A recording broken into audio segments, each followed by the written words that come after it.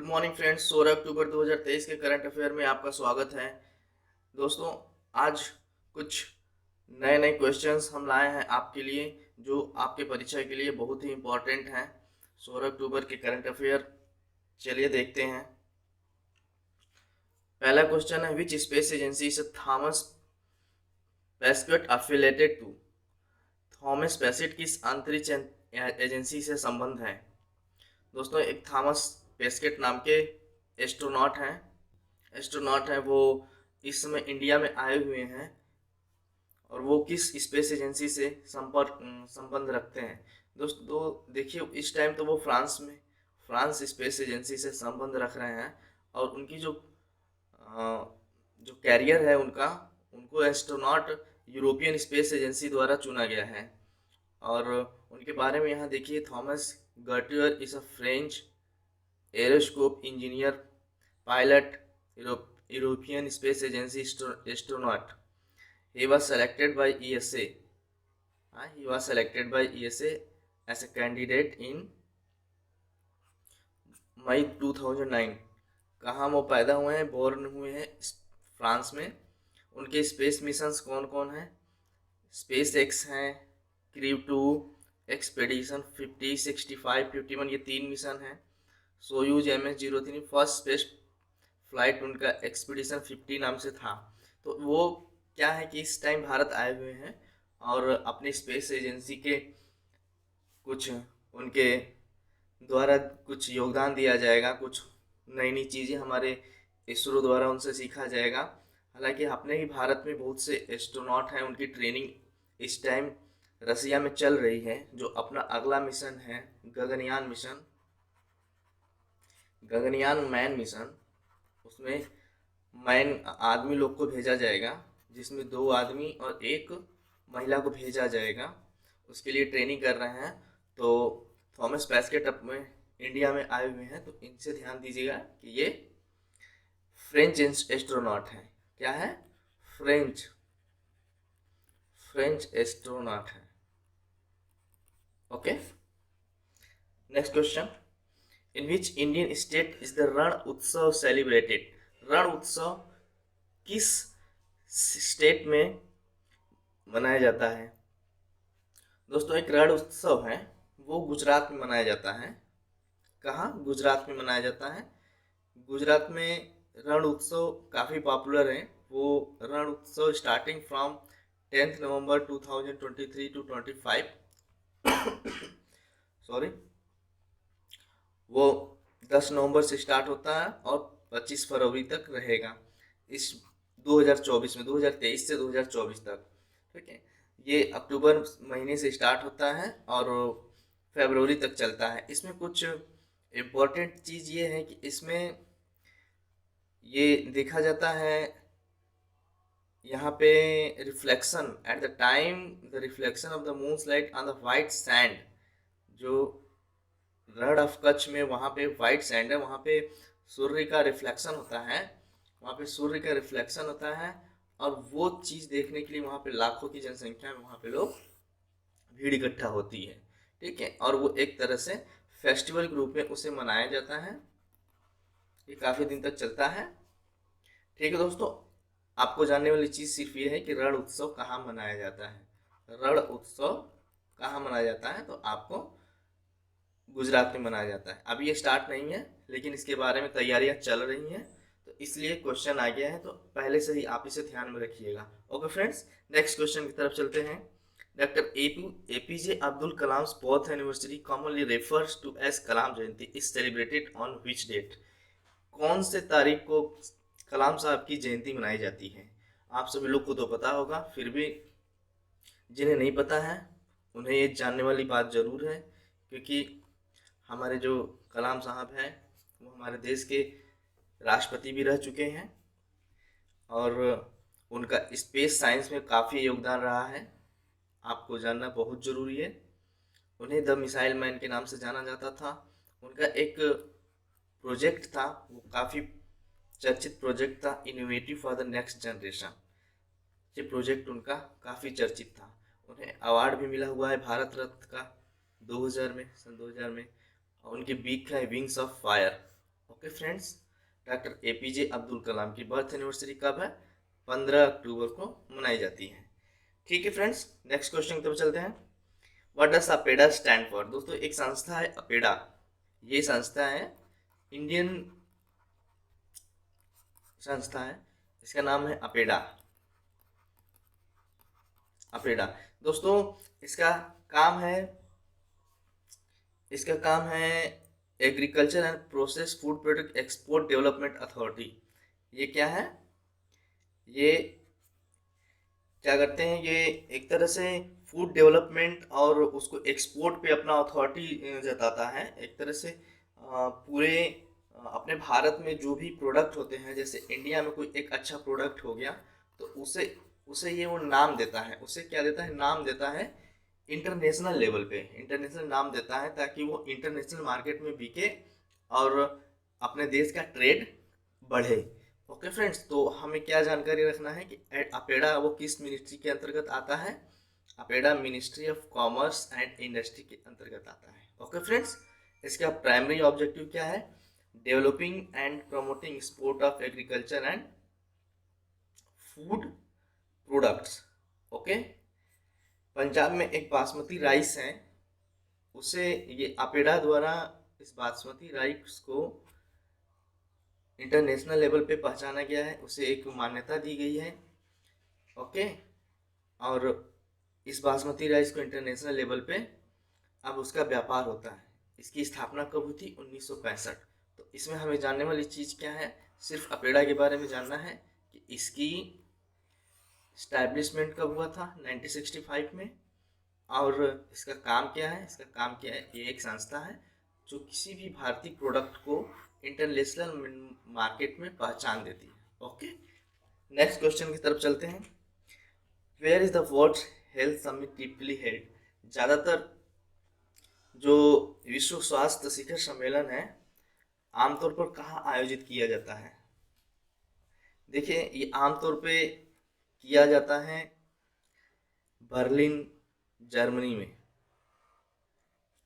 Okay friends, ये Berlin में किया जाता है, लेकिन ये जरूरी नहीं है कि आ, सिर्फ बर्लिन में ही हो, ये हर जगह होता है। जो भी इसके आ, जो भी इसके संघीय होंगे, जो भी इसके साथ में रहने वाले कंट्रीज होंगे, जो इसके सदस्य होंगे, बारी बारी से सभी देशों में होता रहता है, लेकिन ये माना जाता है कि ज़्यादा से ज़्यादा जर्मनी में होता है। ओके फ्रेंड्स, तो यहाँ जानने वाली चीज़ यह है कि वर्ल्ड हेल्थ समिट 2023 की कहाँ हुई थी? तो अभी रिसेंटली जो वर्ल्ड हेल्थ समिट 2023 की वो हुई है जर्मनी में। ठीक है, इसका क्या कार्य है इसके बारे में जान लीजिए। Organisation is closely associated with organisation of world health summit. इस ऑर्गेनाइजेशन जो है वर्ल्ड हेल्थ समिट से संबंध को क्या रखता है? कौन सा ऑर्गेनाइजेशन रखता है? World health organisation. इस समिट से कौन ऑर्गेनाइजेशन संबंध रखता है? वर्ल्ड हेल्थ ऑर्गेनाइजेशन संबंध रखता है। पहला वर्ल्ड हेल्थ समिट कहाँ हुआ था? माफ कीजिएगा, ये 1999 में हुआ था। इसे आप ध्यान दीजिएगा। World health summit aims to find solution to pressing global health challenges. इसका कार्य क्या है? वर्ल्ड हेल्थ समिट में क्या बातें की जाती हैं, उसमें क्या बातें होती हैं? उसमें सिर्फ दबाव डाला जाता है ग्लोबल हेल्थ चैलेंजेस पे, जैसे कोरोना जैसी महामारी आ गई, और भी बहुत सारी बीमारियां होती हैं।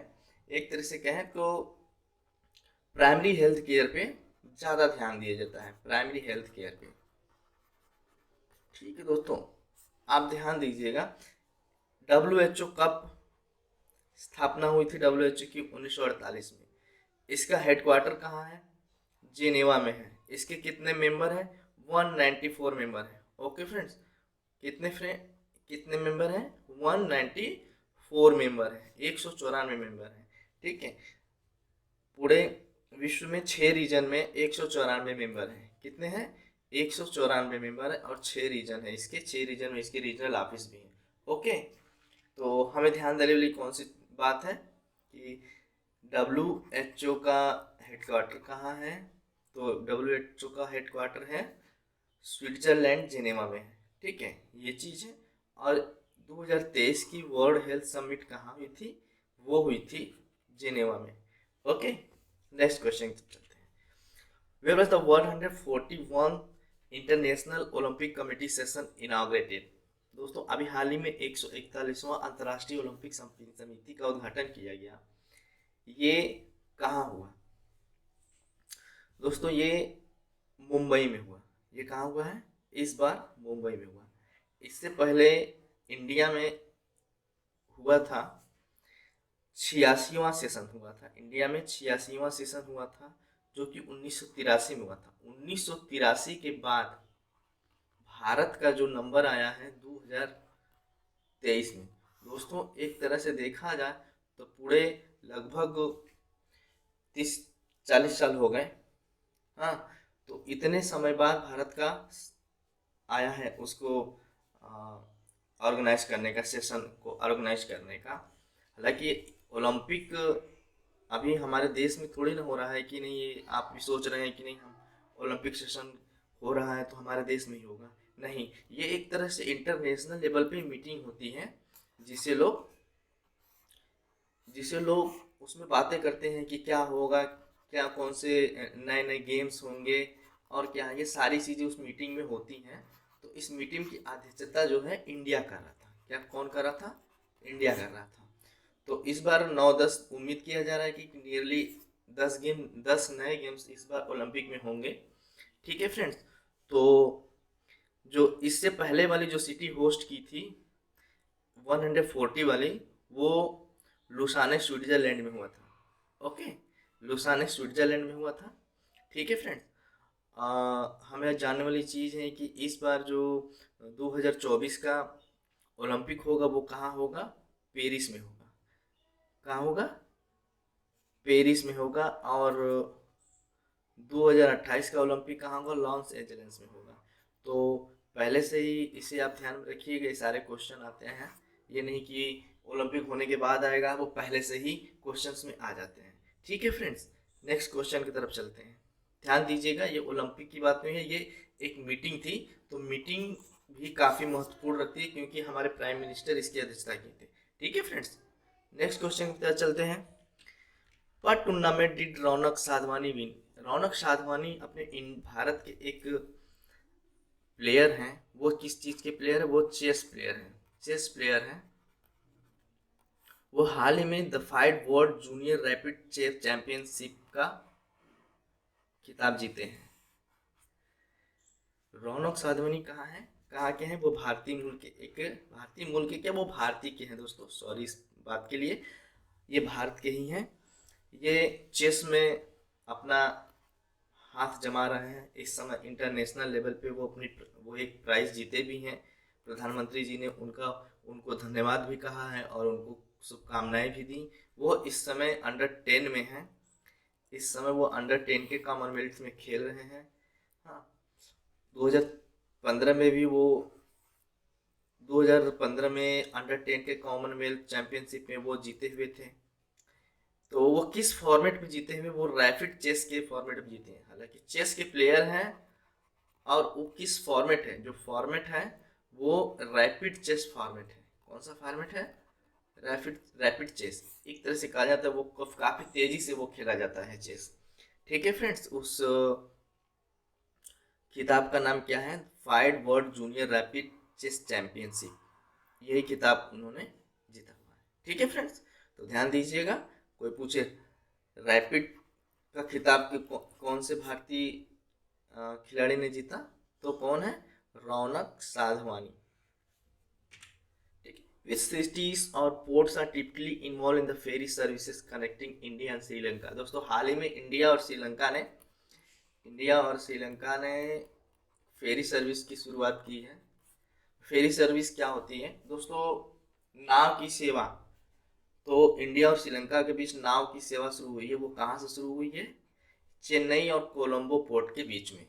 इसमें क्या है कि इसलिए वो फेरी सेवा शुरू की जाती है कि हमारे देश से और इंडिया और श्रीलंका के बीच में संबंध बना रहे एक दूसरे से, एक दूसरे के लोग जाने, संबंध स्थापित करने के लिए इंटरनेशनल लेवल पे लोग देखें कि भारत और श्रीलंका का क्या संबंध है, ये कहाँ से कहाँ तक शुरू हुई है, चेन्नई से और कोलंबो के बीच में। ठीक है दोस्तों, आप तो जानते हैं श्रीलंका की राजधानी कोलंबो है और चेन्नई भारतीय स्टेट है एक, चेन्नई से कोलंबो के बीच में स्टार्ट हुआ है। चेन्नई तमिलनाडु पड़ता है, ठीक है, ये इधर इधर ये तमिलनाडु का एरिया है, यहाँ से ये श्रीलंका है। ठीक है friends, next question, Sagar is a coastal security initiative undertaken by which country. Sagar एक कोस्टल एक्सरसाइज है, ठीक है फ्रेंड्स, वो किस देश के द्वारा शुरू किया गया है, वो इंडिया के द्वारा ही शुरू किया गया है दोस्तों। ये अपने इंडियन कोस्टल जो एक्सरसाइज है, कह सकते हैं इंडियन कोस्ट गार्ड के, इंडियन कोस्ट गार्ड के जो हमारे सैनिक हैं उनके द्वारा ये एक्सरसाइज की शुरुआत की गई है। और भी एक्सरसाइजेज हैं जैसे वज्र प्रहार, ठीक है, इसके बारे में जान लीजिए, एक्सरसाइज युद्ध अभ्यास, एक्सरसाइज मालाबार, एक्सरसाइज वर्ण, ये किनके किनके बीच होता है हम सारा कुछ यहाँ पे लिख दिए हैं, आप इनको जरूर पढ़ लीजिएगा। ठीक है फ्रेंड्स, नेक्स्ट क्वेश्चन की तरफ चलते हैं। When was the first G20 parliamentary speakers summit hosted by India? दोस्तों पहला G20 parliamentary speaker summit India द्वारा होस्ट किया गया था। ये कब होस्ट किया गया था, ठीक है फ्रेंड्स, ये कब होस्ट किया गया था दोस्तों, इसे आप कमेंट में हमें ज़रूर बताइएगा ये कब होस्ट किया गया था। इसका आंसर हम नहीं बताएंगे, इसे आप हमें बताइएगा। ठीक है फ्रेंड्स, बाकी इसके बारे में हम बता देते हैं। ये Shri Narendra Modi inaugurated the 9th G20 parliamentary speaker summit P20। क्या है, 9वां G20 पार्लियामेंट्री स्पीकर्स जो है नरेंद्र मोदी जी द्वारा किया गया था, कहाँ, दिल्ली में।